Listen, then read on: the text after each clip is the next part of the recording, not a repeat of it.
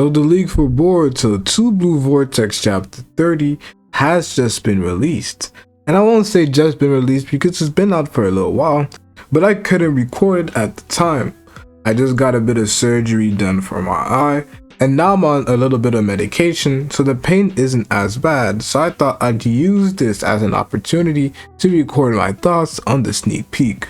We're probably not going to be able to do all the predictions for this month due to what is happening, but at least I can drop this video right now. So what we do end up seeing in the sneak peek leaks for this chapter is Himawari. And this isn't a sneak peek leak that is not eventful. I believe that this is the very first few pages of the next few chapter, due to the sequence that we saw in the previous one. So the first thing we see is Himawari, and we have Team 10 that is around her apart from Inogen that are kind of surprised. And they are surprised due to the Mamushi clones that are now starting to reappear. And then we have Himawari, who is about to use her Tail Beast Bomb, and then she tells her friends to move a little bit around so that she's able to use her Tail Beast Bomb without damaging them. Although this is just one page, we end up learning quite a bit from what is happening now. The first thing that we do end up learning is that Himawari is now capable of using the Tail Beast Bomb when she isn't in this state of rage. And this is very important because it seemed like in the first part where Himawari was using her Tail Beast powers in a way that is quite different from anything that we have seen in the past. When she did so when she was fighting versus Jura, to me, it was more like what we used to see in Naruto, where the Night Tails seemed to be under control and Naruto was going under a rampage.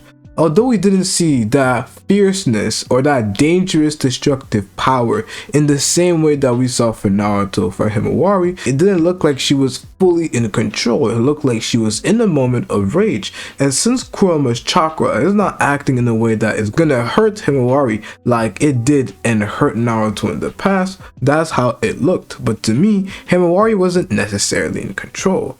But what we do see is the payoff of what she's been doing. She's been training with Kurama, and she actually has quite a bit of space to be able to train quite effectively with Kurama due to the simple fact that she's able to do so in her psyche, almost like the place where the Jinchuriki are able to talk with their tail beasts. But also, since they are one, that must have something to do as to how she's able to train in her own body. And that's something that is quite cool because it removes some of the fact that we can literally see Himawari training while she's going to different locations, Himawari training without having to destroy everything around her due to the amount of destruction that she possesses. No, this is something that she is capable of doing while just using her regular body. And we don't necessarily have to keep getting updated of Himawari training, since we do know that whenever she gets a moment of time and presence where she can be alone, whenever she goes home because she really has nobody, she is capable of using that time to train with Kurama and grow stronger. So I do think we're going to be seeing a stronger Himawari. However, I am very worried about Himawari. And this is something I would have mentioned in the prediction video, but since it's most likely not going to be published, I'm gonna mention it here. Kashin Koji is clearly lying. And this is something that I wanted to talk about for quite some time, but I wasn't 100% sure.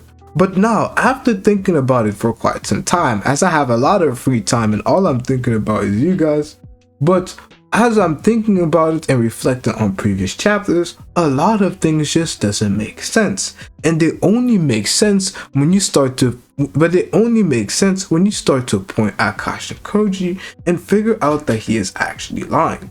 The main lie that we see Kashin Koji explain right now is the fact that Himawari is safe. He says, I believe it was in chapter 16, that Himawari is safe as long as she stays in the village, because Jura is not going to be coming into the village and destroying it. This was the reason why we didn't see her go outside the village and fight in the Land of Sand, and why we're probably not going to be seeing her go outside the village at all, because she is going to be safe in the village. And this is something that we are reminded of, that even when Mamushi comes into the village, Himawari is supposed to be safe, due to one, Mamushi knows that Himawari is Jura's target, or maybe he doesn't, or at least he has the fear of Jura not to target Jura's target, as all he has to do is find Ada. And we have seen this multiple times where Mamushi has not made the mistake of killing any random person in this arc, as he had the opportunity to kill some bystanders, but he was like, yo, thank you for letting me know the information. You don't know where Ada is, let me just continue and go about my merry own day. But from Kashin Koji, we see him tell Enogen something quite important, is that what we're trying to do is prevent the worst future from taking place for this specific arc. And for this specific arc, it is either being turned into a Shinju, or either simply being absorbed and being in this tree state. We don't know how it will work if Mamushi wins, as he is the first clone that could potentially win if Ida is devoured, but we also see that Himawari is dead. Himawari is not devoured, which means it's not from Jura at all.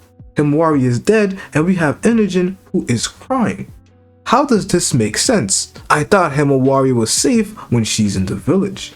And this is the very important distinction.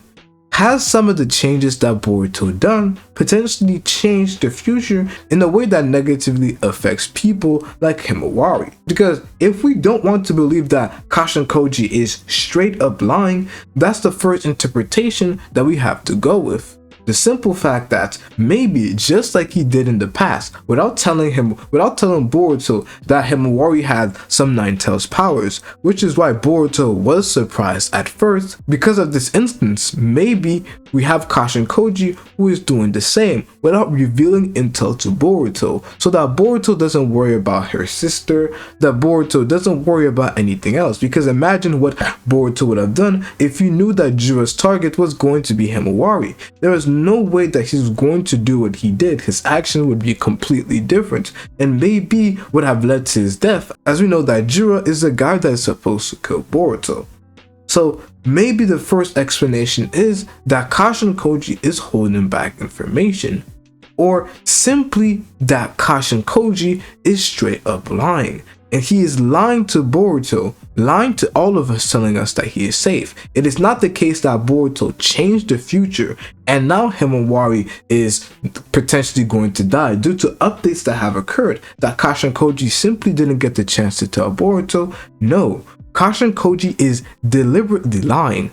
Himawari could be a pawn to unleash Boruto's rage, a rage that would ultimately lead towards Jura's death. And that could be something that we see Kashin Koji attempt to do, where Kashin Koji is simply manipulating things even if it means people will die. As we have seen in the past, it doesn't matter who it is. If your fate isn't to directly kill one of the Shinju, your fate is going to be used to help those other people who could do that evolve.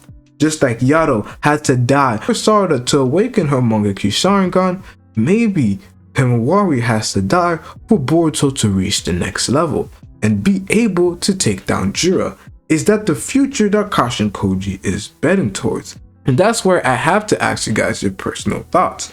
What do you guys feel? Because in my personal opinion, I feel a lot of dread.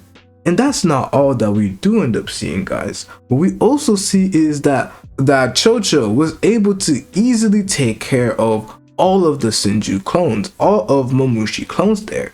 But if they were taken out, then it means that the Mamushi clones could not clone themselves again because they are dead. But that's not what we see. Not only was Chocho not able to take out their eyes, we didn't see any attack that directly affected their eyes, but we're seeing them clone right now. This tells us that Chocho did not fully defeat those Shinju clones. And it means that now, at first there were 4 clones, and now it appears like all of them are doubling. And with that being the case, it means that there's going to be even more fighters that are there. And if Chocho can't do it, it means that the only person who has enough battle strength, enough attack potency to be able to damage the Mamushi clones for half, and this is where we can start to see scaling for Himawari, is Himawari herself, while Chocho and Shikadai just simply don't have the strength. And this is going to be a very interesting fight, as Mamushi versus all of these guys. It goes back to what people say, oh, Chocho is too strong, oh, Chocho is too crazy because she was able to take down those Mamushi clones. That is not the case. Maybe I did play a part with that post that I posted showcasing that she took down 5, but that was just with the information we currently had. But with the information that we now possess, it is very likely that the Mamushi clones weren't fully taken care of, which just proves the fact that they have kind of like advanced code durability, and only those who have that type of attack potency to be able to battle with such opponents, it is only them who are capable of taking them out. And keep in mind that speed is going to be quite higher due to them being Shinjus that do not lose any of their power. The only thing that we can expect is for Shikadai's techniques and strategies to be quite effective. Because think about it, the dumber they are, it means that it's quite easy for strategy to work, as they're going to go based off simple behavior, and they're going to fall to anybody who has a smart trap for them. And Shikadai is the perfect person to end up aiding in this battle. And it's going to be key what takes place, because characters like Shikadai and Shikamaru are going to be very important versus an enemy that loses its intelligence, because they possess intelligence and strategies that will ultimately be quite easy to perform against somebody who is just dumb. So let me know your personal thoughts. I'm very curious as to what will happen this arc. Thank you to anybody who wished for me to get better. I feel a lot better now. The pain was quite terrible at first, but now my body is slowly getting used to it, especially with the help of the eye drops. I want to thank you guys for your supports. It's been your boy Dynasty, and I'm out, bruh.